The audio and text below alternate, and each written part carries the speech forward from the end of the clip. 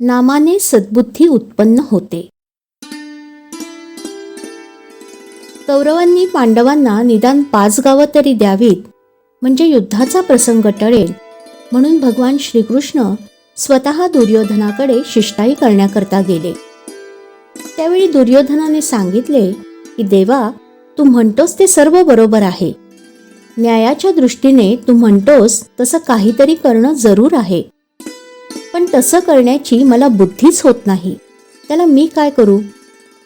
तू सर्व सत्ताधीश आहेस, तर मग माझी बुद्धीच पालट, म्हणजे सर्वच प्रश्न एकदम मिटेल.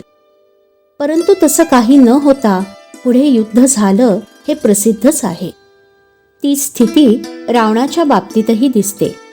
म्हणून सगुणरूप अवताराने वासना किंवा बुद्धी पालटण्याचं कार्य होऊ शकत नाही असं दिसतं. सद्बुद्धी उत्पन्न करण्याचं सामर्थ्य फक्त भगवंताच्या नामातच आहे. म्हणूनच त्रिकाला बाधित असणाऱ्या नामावताराची आता जरुरी आहे. नाम म्हणजे भगवंतच आहे. ते नाम अनन्य होऊन आपण घेऊया. एका माणसाची प्रकृती बरी होती, पण त्याच्या पायामध्ये काहीतरी दोष उत्पन्न झाला. डॉक्टर म्हणाला की जीव वाचवायचा असेल, बाकीचं सर्व शरीर टिकवायचं असेल, तर पाय कापायला हवा. आता नुसता प्राण आहे, पण हात हलत नाही, पाय हलत नाही, डोळ्यांनी दिसत नाही, कानांनी ऐकू येत नाही, पण प्राण आहे, तर उपयोग नाही. या उलट बाकी सगळं आहे, पण प्राण नाही, तरीही उपयोग नाही. प्राण आहे, पण बाकीच्या गोष्टींपैकी एखादी नसली तर चालू शकेल. समजा कानानं ऐकू येत नाही, नाही तर नाही, कुठं बिघडलं? उपासना, अनुसंधान हे प्राणासारखे समजावे. बाकी व्याप आहे तो शरीराच्या इंद्रियांप्रमाणे समजावा. यात भगवंताचं अनुसंधान चुकलं तर प्राणच गमावल्यासारखे आहे. ते सांभाळून जे करता येईल तेवढंच करणं जरूर आहे. ते न सांभाळता बाकीच्या गोष्टी केल्या तर अंती निराशा आहे. आमच्या मनासारख्या गोष्टी होत नाहीत म्हणून आम्ही दुःखी आहोत असं म्हणण्यापेक्षा ती गोष्ट आमच्या मनात आहे हेच दुःख मूळ आहे. अमकी गोष्ट सुखदायक आहे ही जी कल्पना आहे तीच दुःख मूळ आहे हे समजून आपण वागलं पाहिजे.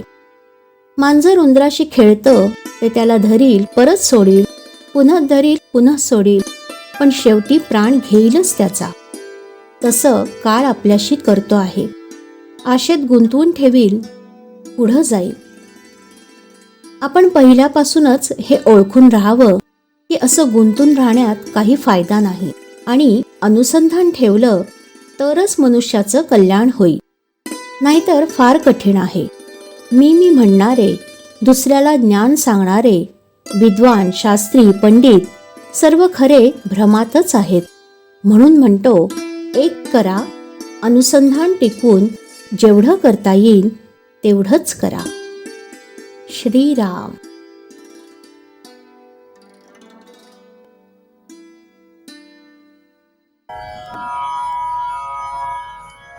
श्रीराम जय राम जय जय राम. श्रीराम जय राम जय जय राम. श्रीराम जय राम जय जय राम. श्रीराम जय राम जय जय राम. श्रीराम जय राम जय जय राम.